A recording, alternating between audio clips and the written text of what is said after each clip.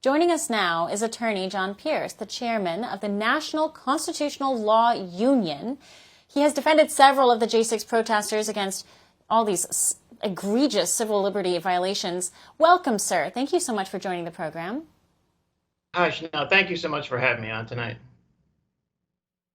Well, looking at Nancy Pelosi's statements in this new footage, it only confirms what we have heard Kash Patel, who was at DOD at the time under Trump, what he has been telling us publicly, that President Trump offered Nancy Pelosi National Guard assistance, and she rejected it. He's been saying that for months, years at this point. Now this video confirms it. Yeah, there's absolutely no question that while, there are lots of folks that have responsibility for various things that occurred on January 6th, President Trump is not one of them. From the fact that he told his supporters to go down to the Capitol and peacefully and patriotically protest, to the fact that he called for tens of thousands of National Guard troops and offered them to Nancy Pelosi and the D.C. mayor. There's just no way that President Trump should be held responsible for what happened on that day. I represent a lot of these defendants, and many of these defendants should not be held responsible for anything that happened on that day. Many of them were peaceful. Many of them, candidly, I think, were entrapped by things that happened. And, the narrative, the attempt at this narrative continues. The good thing I'll say is that, 3.5 years ago, this narrative was really sticking. And it took some time, but, we fought very hard, and some other folks have fought very hard. And I think that the American people are not fooled anymore.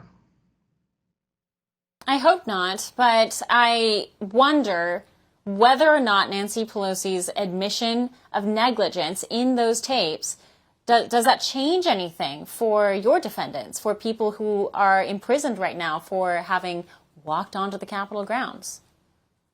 Yeah, I think, unfortunately, it's not going to change anything, practically speaking, in the immediate sense. The reality is that in the D.C. courts, we fight very hard in each of these cases to try to bring in evidence of, things like this and things like FBI involvement and, all of these things that the American people now realize, occurred on January 6th. And, unfortunately, we are shut down pretty much 100% of the time by the judges who simply, they simply say that that's not relevant to a particular defendant's, case. And so I don't anticipate it's going to help them in the district court or the D.C. Court of Appeals. It may someday help them in the U.S. Supreme Court. And of course, the big part of it is that it's going to help President Trump get back into office. And then, I think he will and he should pardon all of them.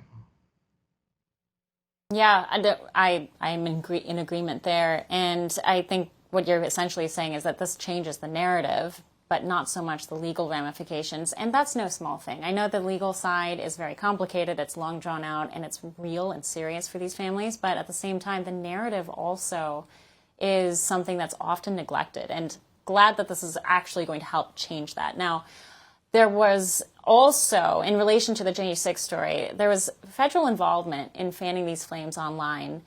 And potentially on the ground there at the Capitol. Do you find your defendants mostly to be a victim of this kind of deep state entrapment? How would you characterize the defendants that you represent from that day? Oh, the defendants that we represent that day, we view as peaceful American citizens who went to the Capitol to have their voices be heard. There are a variety of different. Look, every single January 6th case is very unique. January 6th was actually a very complex event sort of on the ground. There were different things happening at different locations around the Capitol complex. There were instances of police misconduct. There were instances of police excessive force and brutality. For all our viewers asking where One America News is heading in the future, we would like to introduce you to OAN Live.